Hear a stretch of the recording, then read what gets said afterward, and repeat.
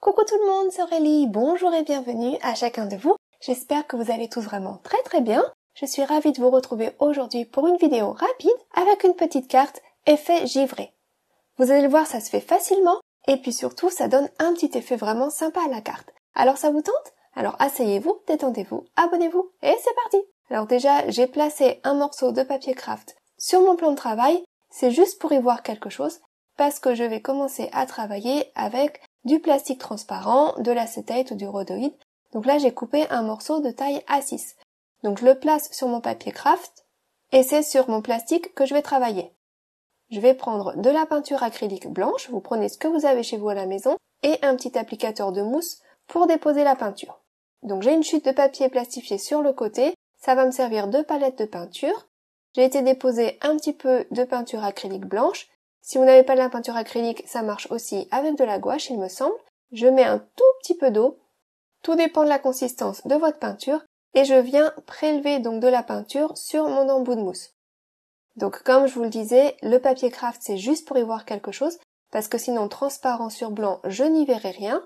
Et je viens déposer de la peinture sur le bord de mon plastique. Juste en tapotant. J'essaye de faire un tout petit effet dégradé en mettant plus de couleur sur l'extérieur et en essayant d'en mettre un peu moins en allant vers l'intérieur. Et je vais en mettre sur tout le tour. Je commence par cette étape-ci parce que ça a besoin de sécher, donc pendant que ça séchera, je pourrai travailler au reste de ma carte. Voilà, ça y est, il y en a sur tout le tour.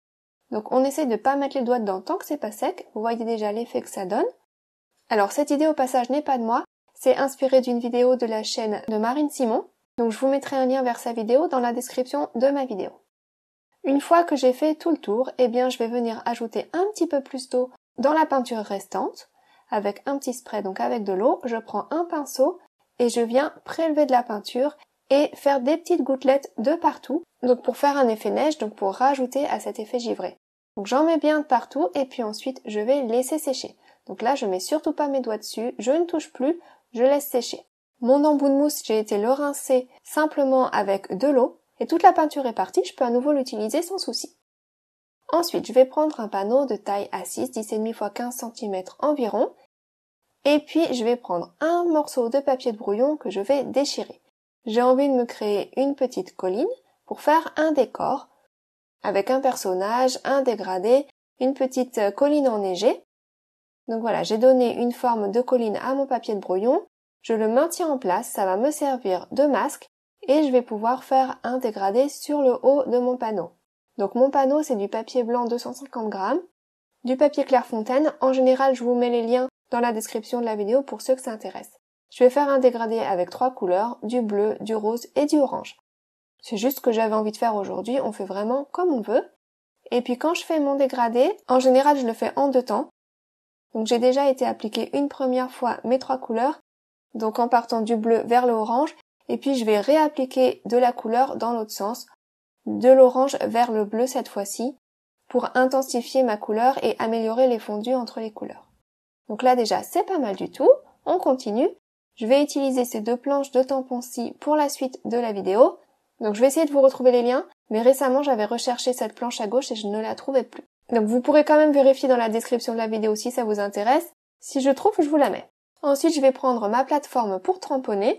Alors cette plateforme-ci, je l'utilisais plus trop récemment parce qu'au fil des années, à force de l'utiliser, je trouvais qu'elle avait un peu de jeu et du coup, ça devenait difficile de l'utiliser, ça perdait un peu toute son utilité parce que si je tamponnais 2 fois de suite au même endroit, parfois c'était un peu décalé. Donc du coup, j'ai été mettre un petit peu de pâte à fixe dans les charnières, en haut et en bas, et il semble que ça ait réglé le problème. Donc voilà, je vous partage juste l'astuce pour ceux que ça intéresse et on continue. Donc je vais prendre ce tampon-là, c'est donc un arbre, je vais le mettre en place dans ma plateforme, mais avant de tamponner, je vais protéger le bas au niveau de la colline, parce que je veux le faire apparaître à l'arrière de la colline. Donc je ne veux pas tamponner le tronc en entier, et je vais tamponner ça avec l'encre Versafine. C'est mon encre noire préférée pour tamponner, quand je n'ai pas de colorisation à faire. Donc je tamponne ça. Ensuite, j'enlève le masque et je vais tamponner le petit personnage là sur le bas. Donc vous voyez comme c'est resté blanc, je vais pouvoir mettre de la couleur sans difficulté. Du coup, j'ai pas besoin de faire ça en 2 fois. J'ai pas besoin de tamponner mon personnage sur un morceau de papier séparé le mettre en couleur, le redécouper et le recoller. Je peux venir le tamponner directement sur mon décor, comme ça il va faire partie intégrante de mon décor. Et pour le tamponner, celui-ci, j'utilise l'encre Memento, parce que comme je vais faire de la colorisation avec les feutres à alcool, pour ça c'est l'encre Memento qui résiste le mieux. Ensuite, j'avais envie de venir asseoir mon petit personnage, et pour ça de créer des petites collines supplémentaires. Donc au début, j'avais pris une encre grise pour faire ça. J'ai repris mon papier de brouillon, et j'ai voulu, mettre une petite colline sous le personnage. Mais finalement, le gris ne me satisfaisait pas trop, c'était un peu tristoun à mon goût. Donc j'ai décidé de venir avec du mauve clair, et je vais faire 2 petites collines, donc une sur le côté à gauche, et une donc sous le personnage. Donc j'avais déjà mis du gris, c'est pas grave, ça va se mélanger un petit peu, et puis en fait le mélange gris et mauve, ça rend pas mal du tout. Ce mauve là, je vais en rajouter un petit peu sur le bas de la carte également. Alors ma petite brosse, je l'avais utilisée avec du rose, donc je pense qu'il me restait de l'encre rose sur cette brosse, parce que quand j'ai appliqué le mauve, il était un petit peu plus rosé que d'habitude. Mais c'est pas grave, ça fait sympa quand même. J'en ai mis également un petit peu dans la plus grande des collines, parce que ça faisait trop blanc à mon goût. Et je viens tamponner un dernier feuillage. Et voilà. Donc là, ça y est, mon décor est terminé. Je vais pouvoir maintenant faire les finitions. Et pour commencer, je vais prendre un stylo gel blanc, donc celui-ci c'est de la marque Signo, et venir déposer un petit peu de neige sur les branches de l'arbre. Donc je n'en mets pas partout, j'en mets juste sur le dessus des branches, à la jonction entre certaines branches, et puis j'essaye de faire des lignes plus ou moins pointillées. Je ne fais pas juste des traits continus, et j'en dépose un petit peu partout. Voilà. Et je trouve que ça change tout, ça fait déjà très sympa. Et puis maintenant, je n'ai plus qu'à colorier mon petit bonhomme. Et pour ça, je vais prendre mes feutres OUU. Donc ces feutres-là, je les recommande vraiment. Ils ont un très bon rapport qualité-prix. Ils sont moins chers que d'autres marques, mais franchement, pour l'usage que j'en fais, ils sont vraiment top. Et là, je fais ma mise en couleur sans trop réfléchir, parce que je viens de tamponner à gauche un petit feuillage, et comme je suis gauchère, je mets ma main par-dessus pour colorier. Et sur le coup, je ne m'aperçois pas que je suis en train de faire des taches de partout. Donc une fois que j'enlève ma main quand j'ai fini le bleu, regardez ce que ça donne. Catastrophe, j'en ai fichu partout. Enfin catastrophe, façon de parler, il y a pire dans la vie franchement. Donc au début, j'ai bien cru que j'aurais tout à recommencer, mais finalement, en gommant un petit peu, il y a une bonne partie qui s'est estompée. Et puis comme je vais mettre mon calque effet givré par-dessus, ça va aussi cacher une bonne partie des dégâts. Donc j'ai pas perdu espoir, j'ai continué.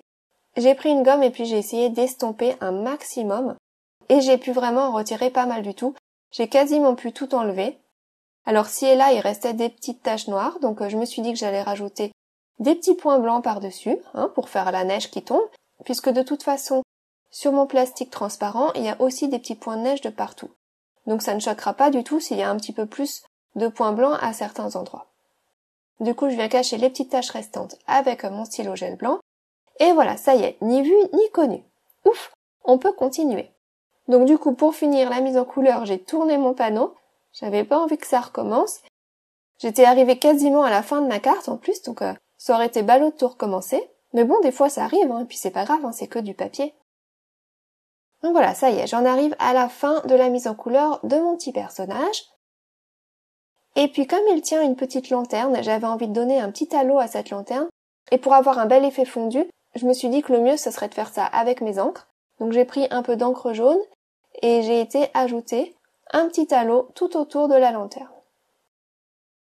Et je trouve que le résultat est pas mal du tout. Donc une fois que tout ça c'est terminé, je vais venir coller mon panneau sur une base de carte. Donc mes bases de cartes, elles sont quasiment toujours la même taille, 10,5 x 15 cm environ. Voilà, ça c'est fait. Maintenant, je vais venir préparer ma petite salutation.